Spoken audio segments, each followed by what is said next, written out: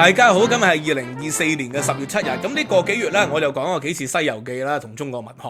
咁啊，其中咧最重要嘅就係引述咗咧1930年代薩曼姆教授咧講西遊與政治隱喻啊。西遊與政治隱喻咧，其實咧就係喺薩曼姆教授嘅研究裏邊咧，就話《西遊記》嘅故事其實係為咗寫嚟諷刺咧明代統治者嘅不堪同腐朽嘅。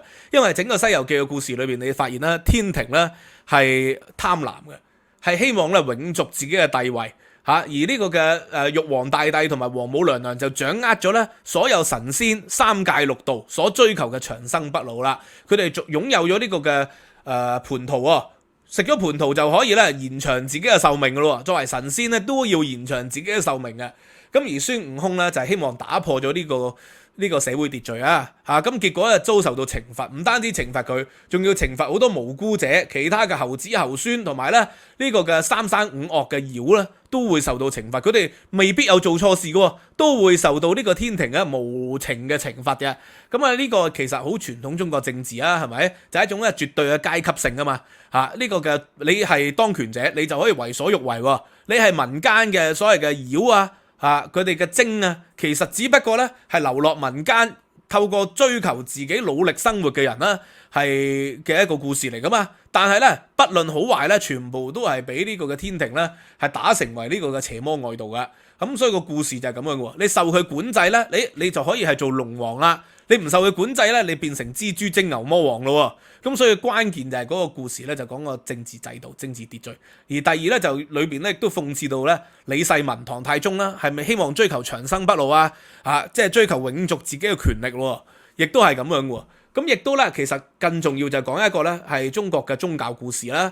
就係因為咧天庭即係道教啦，太上老君三清元始天尊、道德天尊、靈寶天尊、玉皇大帝。咁呢一啲嘅體制咧，結果面對住孫悟空咧，齊天大聖係不堪一擊無論係太上老君如是玉皇大帝亦都如是咁所以咧，只能夠咧係請求西天嘅如來佛祖去幫忙啦。觀世音同埋如來佛祖去幫忙底下咧，最終係收復咗呢個嘅孫悟空喺五指山。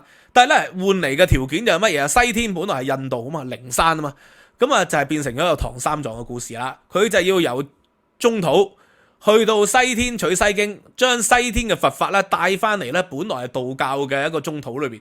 所以整個西遊記嘅故事咧，其實就係佛道之爭就係佛教咧點解最終咧可以喺唐三藏就係翻譯眾多佛經啦，帶翻嚟中土，建立咗呢個唯識宗之後咧，喺中國咧就開花結果。咁當然現實史實咧就係喺禪宗時期啦，呢個達摩或者再早啲嘅鳩摩羅什傳入嚟中土咧，已經咧喺魏晉南北朝咧佛教係大盛噶啦，尤其是以禪宗為首嘅佛教咧係非常之犀利。咁今日我想講咩咧？今日咧我想做一個文本嘅研究。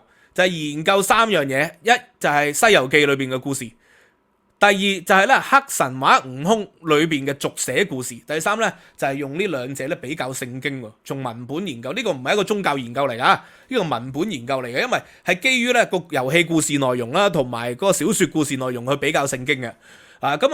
因為上一次咧，我就係再延伸到咧黑神話悟空呢個遊戲係續寫咗孫悟空500年後嘅故事。就孫悟空咧成為咗佛之後咧，後來就要辭去咗佛位，最終咧係受到天庭咧嘅征討。然後咧殺咗咧無數嘅猴子猴孫，要剿平整個花果山。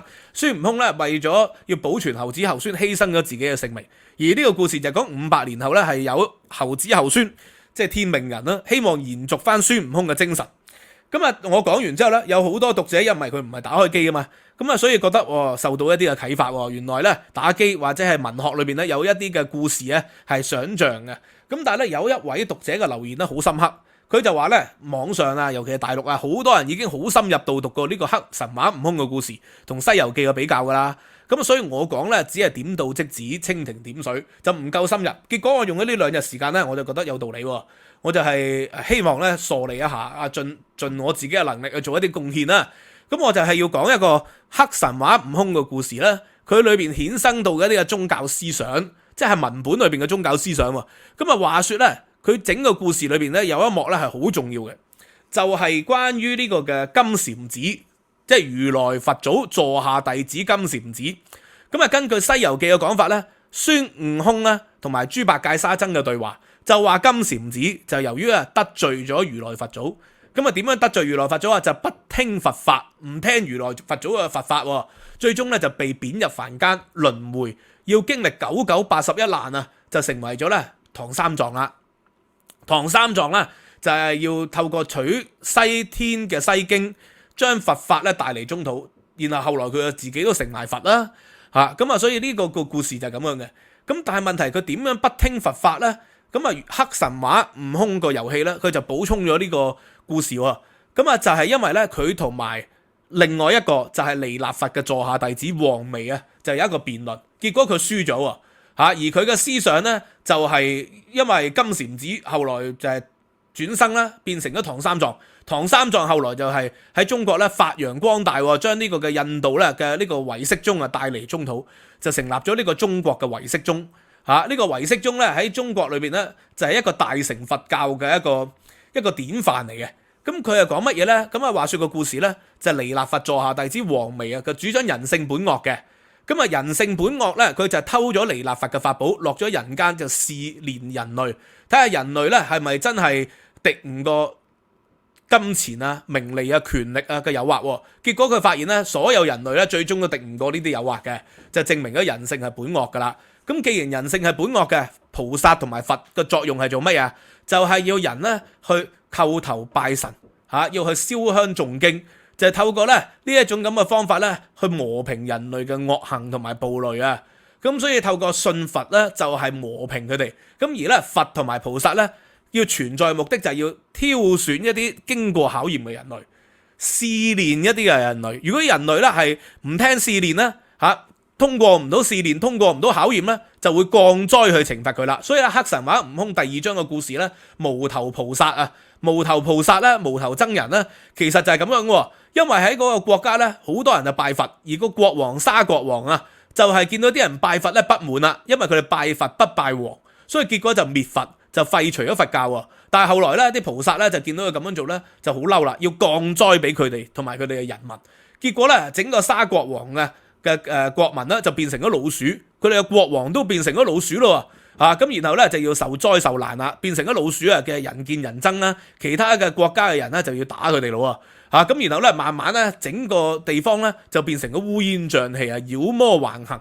咁對於唔聽話嘅人咧，呢個黃眉或者佢哋所代表嗰一派咧，包括第2章嘅無頭菩薩，都認為係需要降災去懲罰人類嘅。咁呢一個就係其實咧。喺嗰個《西遊記》嘅故事，還是喺呢個嘅黑神話悟空嘅故事咧，其實都係講緊類似嘅嘢。咁呢一種思想咧就好代表咗，因為佢係南傳佛教嘅一種思想嚟，就係所謂上座部佛教啊。上座部佛教咧，以前好長時期幾百年嚟咧。中國嘅大乘佛教都叫佢做小乘佛教嘅，但係最近呢幾十年咧，小乘佛教咧佢哋就認為咧，佢哋唔應該咧將上座部佛教同小乘佛教等同，因為小乘同大乘之間就好似有高低之別啦，就係一個唔公平嘅一個稱呼，貶抑佢哋。因為咧上座部佛教就認為咧要遵從翻釋迦牟尼原本嘅一種教導，咁黃眉嘅思想咧可以話係上座部佛教嘅一種極端嘅演化出嚟。就認為人性係邪惡嘅，所以我哋就要教化人類。人類唔聽教就要消滅佢哋，就要降災，要懲罰佢哋。我哋就係要透過咧一啲嘅教導，令到咧人類係可以透過自身嘅修行、自身嘅一種提煉，成為咗菩薩，成為佛。所以簡單嚟講就係帶佢哋上西天，帶人類上西天。咁當然黃眉自己都上唔到西天啦，因為故事就講佢哋其實已入魔道啊嘛。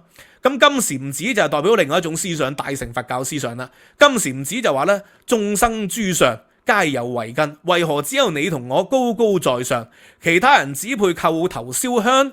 其實佢就係想講咧，人類啊，或者甚至乎人類以外嘅就係眾生，包括妖啦、魔啦，甚至乎動物。所以咧，佢哋就係主張食齋唔食肉噶嘛，係咪啊？食素不食肉噶嘛。佢哋認為咧，眾生都係平等嘅，無論你係牛定係蜘蛛。你練精，你練成精，最終咧你可以透過自身嘅努力咧，人人皆可成佛嘅，妖魔都可以成佛嘅，係咪啊？所以眾生三界六道都係平等嘅，所以佛就唔係一個永世固定嘅有所謂嘅過去佛、現在佛同埋未來佛現在佛就係即係如來佛祖啦然後咧未來佛就係所謂嘅彌勒佛咯。咁所以呢個唯識宗咧，其實傳到嚟中國咧都係以彌勒佛即係為一個信仰嘅咁所以金禪寺就認為咧黃眉係惑亂人心、倒果為因師兄如此執着輸贏，可笑可悲然後黃眉話如果唔能夠贏仲證咩因果人心咁所以個故事咧就係一者就認為人人皆可成佛，一種大成嘅思想咁所以咧點解唐三藏要去西天取西經就係最終希望咧所有人讀完呢啲佛經之後咧都可以咧成為菩薩、成為佛，可以成為得道之人至少都係。咁而呢個嘅黃眉咧好明顯就係唔同意啦。黃眉就係主張咧係挑選一啲被選中的人，最終咧係達至永生，最終係達至長生不老。呢個第一，至少係長生不老啦，然後就可以成為菩薩咯，然後就可以成為更高層次嘅佛啦。佢自己都成唔到佛㗎，最可笑嘅故事就係佢自己都不能成佛。咁所以兩個咧係代表完全唔同嘅一種宗教思想然後啦，當我哋理解咗呢兩種完全唔同嘅宗教思想之後咧，你就係將所謂嘅金禪寺同黃眉兩個學派再擺入去聖經，你就比較到三者完全唔同嘅分別咯。因為咧黃眉就係主張人可以透過努力成為菩薩、成為佛，一種自我嘅修煉一種小乘嘅一種提升。而金禪寺就主張普世嘅一種價值，一種咧所謂大乘嘅，人人都可以成為堯舜。儒家係咁講嘛，儒家話人人皆可為堯舜嘛。咁佛教裏邊咧都認為咧人人皆可成佛，觀自在菩薩行深般若波羅蜜多時其實就係想講同樣嘅智慧，每個人都係擁有智慧，最終係得道成佛嘅即係呢個修煉成佛嘅。而聖經咧好明顯嘅宗教觀又唔同喎。聖經嘅宗教觀咧，上帝就係最高嘅主宰、創造者、萬物之王。咁然後咧就創造咗世界啦，再創造咗萬物動物嗰啲，再揾人類去管轄動物。所以咧聖經嘅故事咧就係有嚴密嘅階級性嘅。嚴密嘅階級性咪就係即係薩曼姆教授所講，吳承恩諷刺嘅就係天庭就係有嚴密嘅階級性嘛。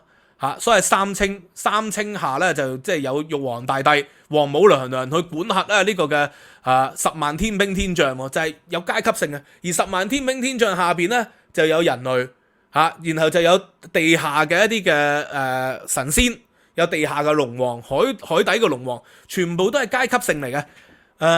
然後就有妖魔，妖魔咧就係邪魔外道，就不入流嘅。咁咧就係吳承恩嘅故事就係呢種階級性。其實聖經嘅故事咧都係一種絕對嘅階級性嚟喎，就係上帝就凌駕一切啦，然後人類咧就係作為大地伊甸園嘅管治者，咁人類又係凌駕於眾生喎。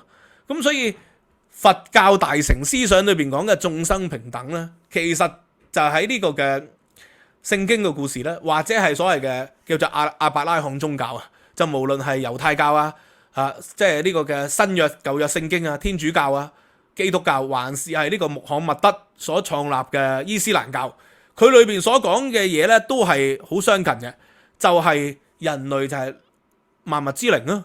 因為佢係上帝照住自己模樣創造出嚟，佢就比其他動物咧係更高喎。而大乘佛教唐三藏西遊記裏邊故事所講嘅大乘佛教咧，就係眾生咧係平等喎。人類唔會比牛唔會比豬係高一等喎萬物都係平等喎眾生皆有慧根喎皆持法器喎係唔應該有次第之分喎。咁但係咧，凡係主張有次第之分咧，就係走入咗呢個嘅歪路啦。呢個就係金禪寺所講嘅。所以佢就係講呢番説話咧，就比如來咧就貶為人間嘛，要經歷9981難嘛咁所以呢三個係完全唔同嘅體系嚟。咁而咧，即係根據舊約聖經咧，人類譬如話有同性戀有貪婪或者係不專制治然後咧上帝咧就會降災懲罰人類喎。佢就係同金禪寺所講嘅唔同啦，人類係要教化而唔係用災禍嘅。咁所以人類既然要教化唔係災禍，咁就要傳播佛法啦係咪翻譯佛經啦？呢個就係唐三藏嘅核心思想啊嘛。如果你用災禍，其實就係走入咗貪嗔痴，用貪嗔痴咧去治理人類嘅貪嗔痴。黃眉最大嘅問題係乜嘢咧？黃眉咧就係佢自己變咗成為一隻海怪，一個海龜，裏邊咧就係有好多財寶，海龜嘅肚裏邊好多財寶。最初咧就係派俾人類，人類好感恩啦，然後就供奉佢啦。但係後來咧佢就喺人類面前咧就即係刻意挑撥，就令到人類咧去分搶佢嘅身體喎。最終咧就係分晒佢嘅身體裏邊嘅財寶啦。人類亦都自相殘殺。咁啊呢個就係倒果為因啊嘛。咁以金禪寺嘅講法咧，佢就係要證明人類係貪嗔痴怨憎會愛別離求不得，人類本身係又痴又慢嘅嚇，係邪惡嘅，係五毒心嚟嘅。咁但係其實你自己本身咧引人去犯貪嘅時候，你自己就貪咯。你引人去犯惡嘅時期，你自己用惡咯。其實你先有惡，你再引誘人哋惡，即係好似教唆殺人咁解啫嘛。佢就係教唆殺人啊，黃眉。所以到底你要證明人類係惡，還是係證明咗自己係惡呢？所以呢個嘅金禪寺就話咧，佢係倒果為因，惑亂人心就係咁解啦。就係因為佢以惡去制惡，本身咧懲罰人類降災咧就係一種惡嚟。你因為人類個惡而你降災人類，你自己本身先係惡之源。咁所以聖經嘅故事還是係好多宗教故事咧就有降災。如果根據金禪寺嘅定義咧，降災者本身就係惡之首。你用惡去治惡，咁當然啦，即係我又唔係講宗教學啊，我講文本學嘅比較三者嘅分別，就冇所謂高低之別嘅。即係信仰嘅嘢都係即係見仁見智嘅啫，係咪啊？即係所以有啲人話信則有，不信則無，你都係見仁見智，因每個人嘅經驗去決定嘅。咁當然我話信則有，不信則無，有一啲宗教人士就一定好憤怒啦。咁 anyway， 我今日咧就唔係講宗教，我係從文本嘅角度去解釋宗教嘅異同嚇。喺文本裏邊嘅宗教喎，所以呢個係有分別嘅。宗教就留翻俾宗教學佢哋去講啦。咁啊，尤其係佛學咧好複雜。咁我哋嘅 channel 咧有陶國章教授咧就解釋一啲佛學嘅。陶國章教授就係師從呢個牟宗三先生，咁佢就係新儒家啦，解佛學裏邊最有名嘅人物。咁我哋都會學到啲知識嘅。咁但係當然我都唔係呢方面嘅興趣嘅人啦。咁就係睇遊戲裏邊講到，如果大家對我呢個關於第二、第三章裏邊嘅解釋有興趣咧，深入解釋咯。上次我做咗一個簡單導讀版。我就可以用同樣嘅方法去解釋第四、五、六章講到牛魔王、蜘蛛精等等嘅故事啦，好嘛？今日講到呢度，你喺留言話翻俾我知，有咩反饋，有咩唔同意，你都可以話翻俾我知。多謝大家。收費平台 Patreon 咧，仲有我今日講嘅文字版啦，同埋咧中國近代史課堂，15蚊美元一個月咧就可以獨家咧無限重溫嘅，用年費訂閱仲有 discount。今日講到呢度，拜拜。